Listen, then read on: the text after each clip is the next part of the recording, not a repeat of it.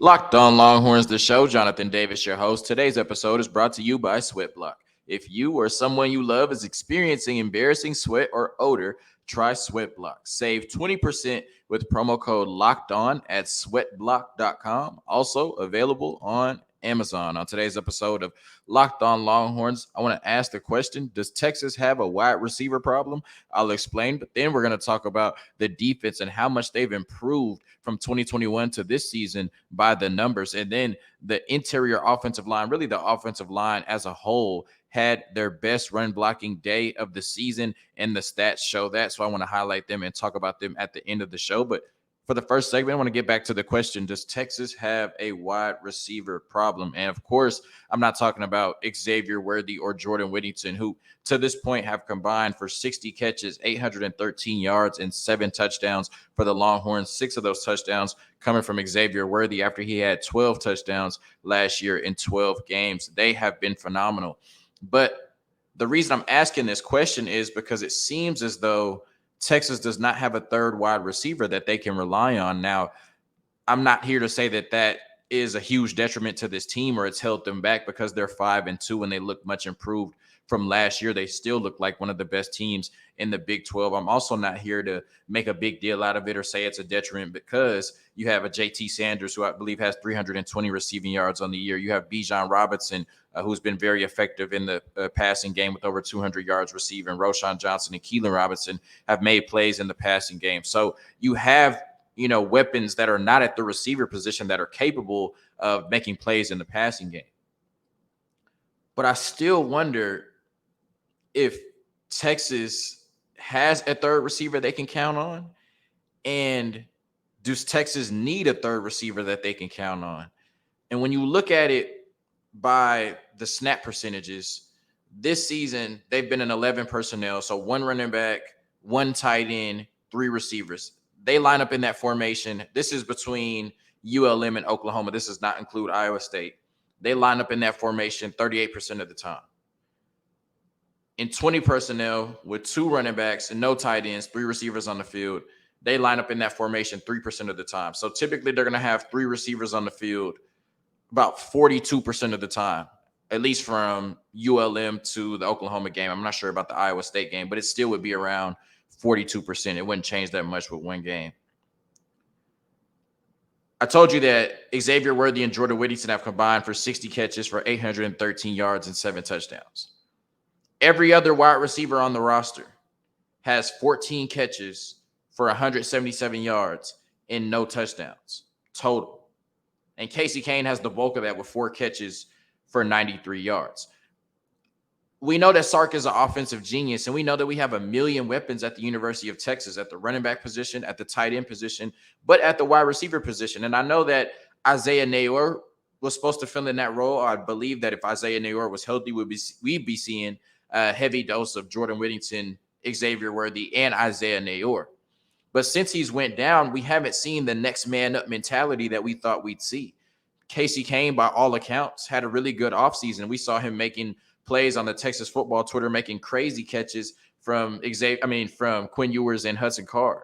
And it hasn't been able to translate this season. And not even just talking about, the game where he had a couple drops, and Quinn Ewers missed him on the deep pass. But out of his 93 yards, I think he had 43 of them on one reception in the ULM game. And so he hasn't been a factor. No other receiver on the roster has been a factor. And coming into the season, we knew Troy O'Meary was coming off of a couple, ACL injuries, but we thought he might be able to play a role. He hasn't thus far. Agiye Hall, coming off suspension, has been active in all 7 games thus far, and he hasn't really played a role. Talented freshman Brennan Thompson and Savion Red have only combined for 1 catch thus far through 7 games. There hasn't been any other receiver on the roster other than Xavier Worthy and Jordan Whittington that have made plays. In fact, in the last 3 games for the Texas Longhorns, albeit 3 wins, a receiver not named Xavier Worthy or Jordan Whittington has caught a pass. And of course, that has a lot to do with Casey Cain dropping a big one in the Iowa State game.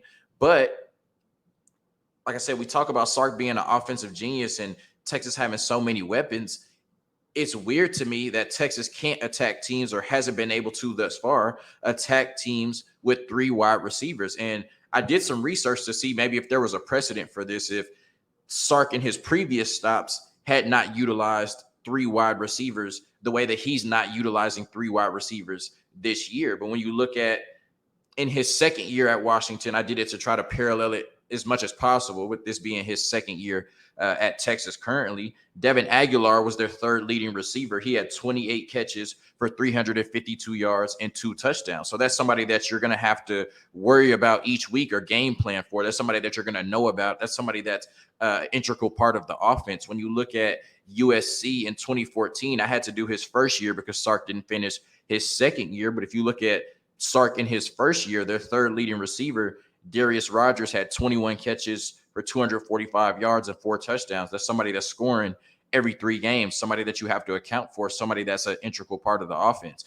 And then, of course, we know he had an embarrassment of riches at Alabama in his second year coordinating in the 2020 season. I mean, when you got, 4 or 5, 6 NFL wide receivers on the roster, that's going to happen. But they had 4 receivers with over 250 yards. Of course, you had Devontae Smith winning the Heisman, but they still were able to accomplish that. Jalen Waddle had almost 600 yards in 6 games, and John Mechie had almost 1,000 yards next to Devontae Smith, who had 1,800 yards on the season and won the Heisman. So Sark in his previous stops has utilized the third wide receiver. Sark in his previous stops, the third wide receiver on the team, the third most proficient wide receiver stats-wise, at least on the team, has had an impact. And I just wonder why for the Texas Longhorns this year, with this version of the Longhorns, with the quarterback in Quinn Ewers, albeit, missing some time, can make all of the throws and can get all of these, playmakers involved. I wonder why we haven't seen it. And like I said, it hasn't necessarily been a detriment to the team thus far because they're 5-2. They're rolling. They look like one of the best teams in the Big 12. And on Saturday, they have a great opportunity to add to that case by beating Oklahoma State on the road in Stillwater. They definitely, outside of TCU, could put themselves in the conversation as one of the best teams in the Big 12 if they have not done that yet. But as we've talked about on every show and at every turn, this is the part of the schedule that's going to get really tough moving forward. You have a ranked opponent in Oklahoma State on the road, and then you have Kansas State, who if they take care of business this weekend and next weekend, they'll likely be ranked at that point. You have a TCU that should be ranked at that point. Then you might play a Baylor team at the end of the year that might be ranked. I just wonder if our inability to attack teams with 3 wide receivers, like I said, has not bit us thus far, but I wonder if it'll bite us moving forward. I wonder if moving forward in these games that are really tough against the toughest opponents in the conference, the opponents that you're going to have to go through and really come out relatively unscathed to make it to the Big 12 championship game in December, I just have a feeling that you're going to have to count on players that you haven't counted on thus far. You're going to have to count on a Casey Cain, maybe an Agiye Hall, maybe a Brennan Thompson, maybe a Savion Red, Tarique Milton. You're going to have to count on one of these players down the stretch to make a play. Count on them to do something that they haven't done all season. And we can say that it's going to change, this week or next week or, however, but we're over 50% through the season thus far. At this point, we know who Texas is. So I just hope that it doesn't come down to a point somewhere later in the season where we have to rely on a Casey Cain, we have to rely on a Tarique Milton, somebody we haven't really relied on all season in that spot.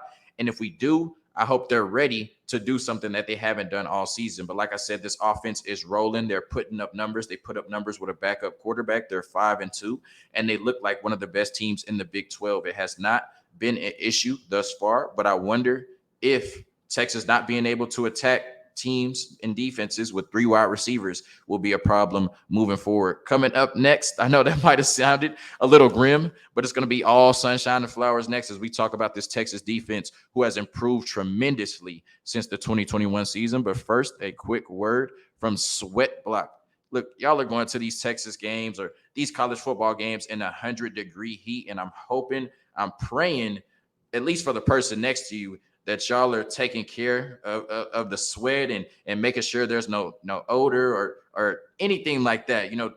Honor thy neighbor, man. Making sure that y'all are good to go and clean, man. It can get hot in these stadiums. And, sometimes people can smell a little, So, look, if you've dealt with that, you ain't got to tell me. You ain't got to put yourself out there. But I got the perfect product for you. It's Sweat Block, and it's created by doctors to help with excessive sweating. Like I said, it's doctor created and doctor recommended. So if you know somebody or somebody you love, if yourself is experiencing embarrassing sweat or odor, said, don't tell nobody. Just try Sweat Block. Save 20% with promo code Locked On at Sweat Block. It's also available on Amazon.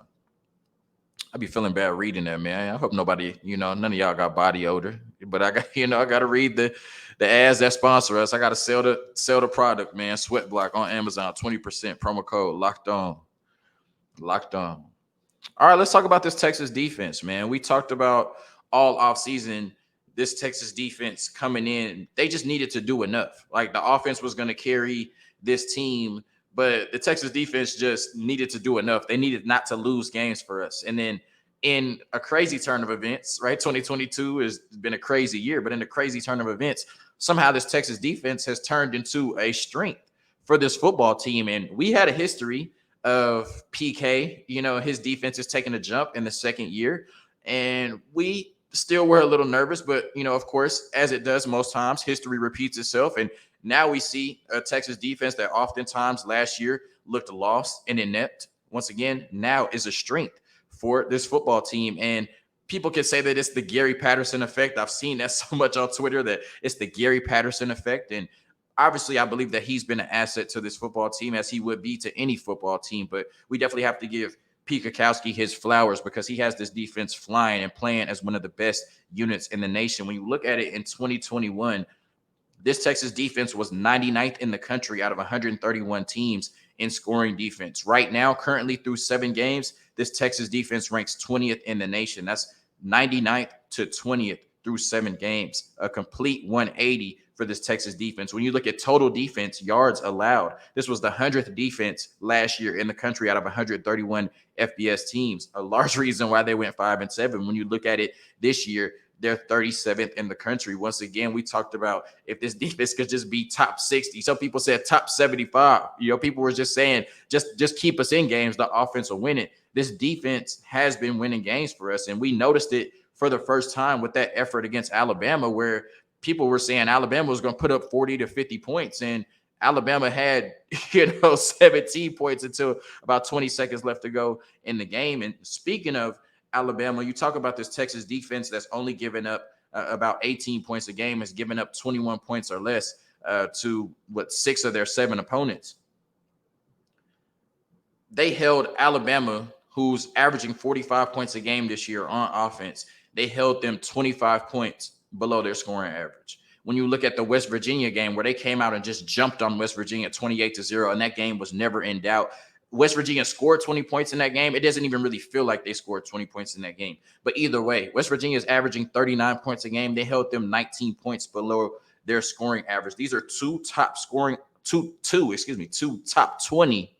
Say that 5 times fast. 2 top 20 scoring offenses in the nation, and Texas has held them 25 and 19 points below their scoring average, respectively. And then respectfully. And then you look at the Oklahoma Sooners, and I know they had a backup quarterback, blah, blah, blah. It's the Red River Showdown, the Red River Shootout, the Red River Rivalry, whatever you want to call it. You got to get up for that game. You got to put up points in that game. This is an Oklahoma offense, even with being shut out against Texas, is averaging 34 points a game, and they held them to 0. So this Texas defense not only has gotten better, not only has done a complete 180, but once again is a strength for this football team. You could say that the defense quite literally might be the reason that the Texas Longhorns beat the Iowa State Cyclones on Saturday. And yeah, I've given Pete Kwiatkowski credit. I've given Gary Patterson credit, but the players are the ones on the field, and you have players legit being dominant. You have players and playmakers really bringing the noise and making plays on all 3 levels. When you talk about the defensive line, Keandre Coburn, Tavondre Sweat, Moro Ojimo, and Byron Murphy have been absolutely dominant in the run game. This is a Texas defense that is 24th in the country in yards per carry allowed, only allowing 3.28 yards per carry. And so what that's allowed this Texas defense to do is really make teams and offenses play with one hand behind their back. Teams have had to throw to beat the Longhorns, especially with their proficient offense, and they haven't been able to do it well enough to win games, especially with the way that Pete Kwiatkowski has been blitzing and the way that our corners and safeties have been playing on the back end. So they've been absolutely dominant up front in the run game with their run defense, and we know that was not a strength for this Texas defense last year. A complete improvement, and we're seeing it on the field each and every week. You talk about in the linebacker room, Jayla Ford, he did not have a tackle against Louisiana Monroe. People were like, what's up with Jayla Ford? We thought coming into the year he was going to be a huge improvement at linebacker. Did not have a tackle at ULM, which was very surprising. Since then, in his last 6 games, he's been absolutely dominant. Last 6 games, averaging 11 tackles a game, 66 tackles in his last 6 games. Jayla Ford has been all over the ball, made one of the biggest plays of the season on the defensive side with the interception of Hunter Decker against Iowa State in the end zone. And then when you look at Demo, he's been all over the field, making plays in coverage, downhill in the run game, attacking the quarterback, 50 tackles, 4 tackles for loss. He's definitely come back and improved his draft stock.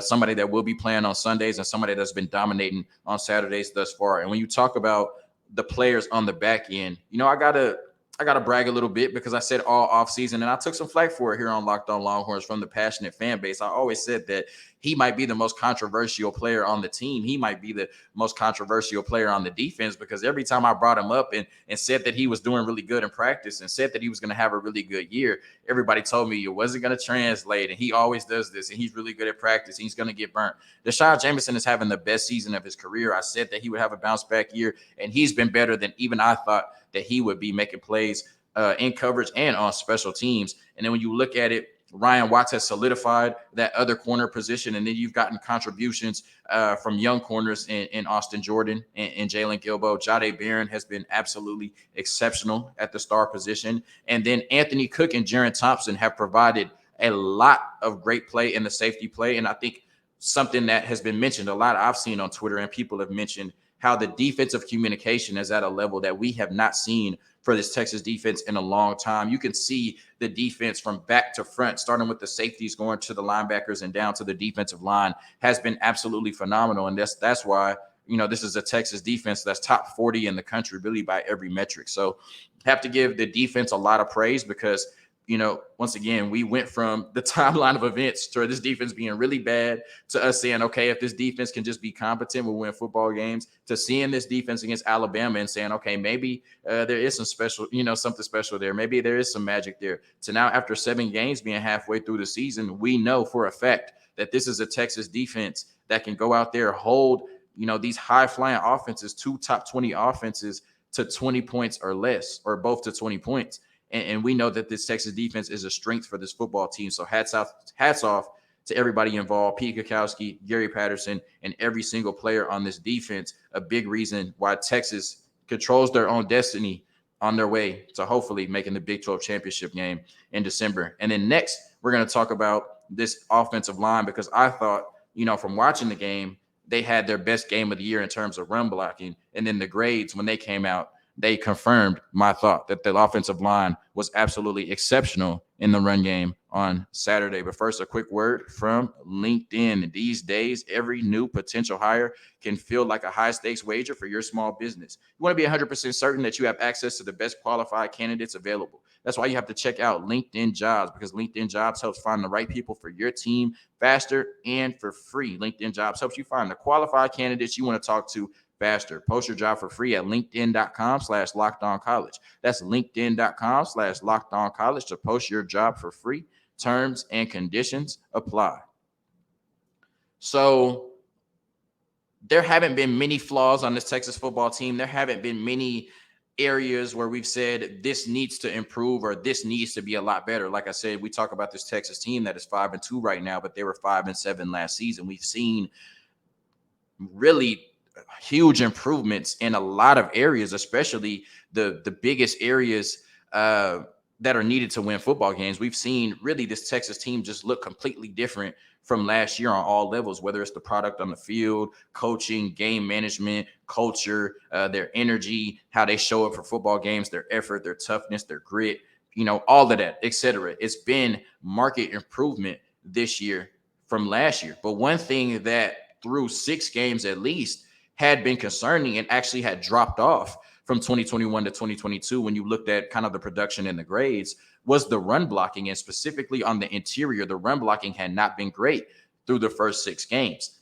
But what I noticed was in the Iowa State game, really in the key drives, especially the game-winning drive and then the drive before halftime where they scored on the Jordan Whittington RPO, they were really moving people inside and out in the run game. And when you look at their 2022 season numbers as a whole. These are PFF grades. You could take them, take them with a grain of salt. You can not listen to them. You could throw them away. I know how some people feel about PFF, but I think they do a lot of good things. Some things are a little off the wall, but they do a lot of good things. And I think that these grades show that the offensive line for the Texas Longhorns had their best day on Saturday of the season. When you look at Cole Hudson, his run blocking grade for the season is 50.1, but against Iowa State, it was 54.4.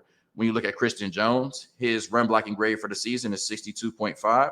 It was up to 65.4 on Saturday against the Cyclones. When you look at Jake Majors, it's 56.2 on Saturday. It was up to 61.8. Hayden Connor is 44.3 for the season. It was up to 52.2 against Iowa State. And then Kelvin Banks, 61 on the season, all the way up to 70.5 against Iowa State. So the numbers show that the level that they had been in all season through the first 6 games, all 5 linemen increased that level and played at a better level on Saturday against the Iowa State Cyclones. And I think that's a huge reason, might be the biggest reason why they won, with Roschon Johnson and Bijan Robinson combining for almost 250 yards from scrimmage. And then when you look at it, they had plenty of runs that they had like 5 or 6 runs that were like 7, 8, 9 yards. But when you look at 10 plus yard runs, they had runs of 25, 10, 14, 14, and 16. So they weren't even just gashing them with huge runs like we saw in the UTSA game where you had, a 42-yard run, a 78-yard run. But it was just consistent, kind of enough runs to move the chains, 10-yard runs, 10-yard runs, a 25-yard run, Bijan Robinson breaking tackles, Roschon Johnson averaging over 6 yards a carry, just coming downhill, punishing people. That, broke the Iowa State defense. And then when they were able to clamp down on the run game, on the game-winning drive, when they ran it on 1st and goal, 2nd goal, and 3rd and goal, then you come back with the Xavier worthy touchdown on 4th and 3, and ultimately that's the difference in the game. And like John Garcia said, this was a game where Quinn Ewers was able to just do what was asked of him and not have to do too much. Sark has put him in a really good position to make plays, and he's been able to do that and stay within himself, somebody who is labeled as a gunslinger in this system. And the biggest reason for that is because as a young quarterback, as a redshirt freshman, he has a run game that he can really rely on. And on Saturday against Iowa State, this offensive line brought the thunder, they brought the noise, and they had their best games of the season, as evidenced by their run grades all being higher on Saturday than they have been all season. This run blocking unit for the Texas Longhorns is going to have to continue to step it up and play like the level that they did against Iowa State if they're going to beat, once again, some of the toughest teams on their schedule moving forward against Oklahoma State, TCU, Kansas State, Baylor, and then even a Kansas team on the road. That's going to be a tough game as well. Bijan Robinson and Roschon Johnson and even Keilan Robinson have been able to make plays in the run game because they're special running backs, and the offensive line has been shaky at times with the interior run blocking. But if they can run block at the level that they did on Saturday moving forward throughout the season, then Texas will continue to assert themselves as one of the 2 best teams in the Big 12 Conference. Thank you for tuning in to another episode of Locked On Longhorns, your daily #1 source for all things Texas athletics, part of the Locked On Podcast Network, your team every day. Coming up next in the week, we're going to be previewing the Oklahoma State game with our newest Locked On Pokes host. I can't wait for y'all to hear that. As always, Longhorn Nation, peace.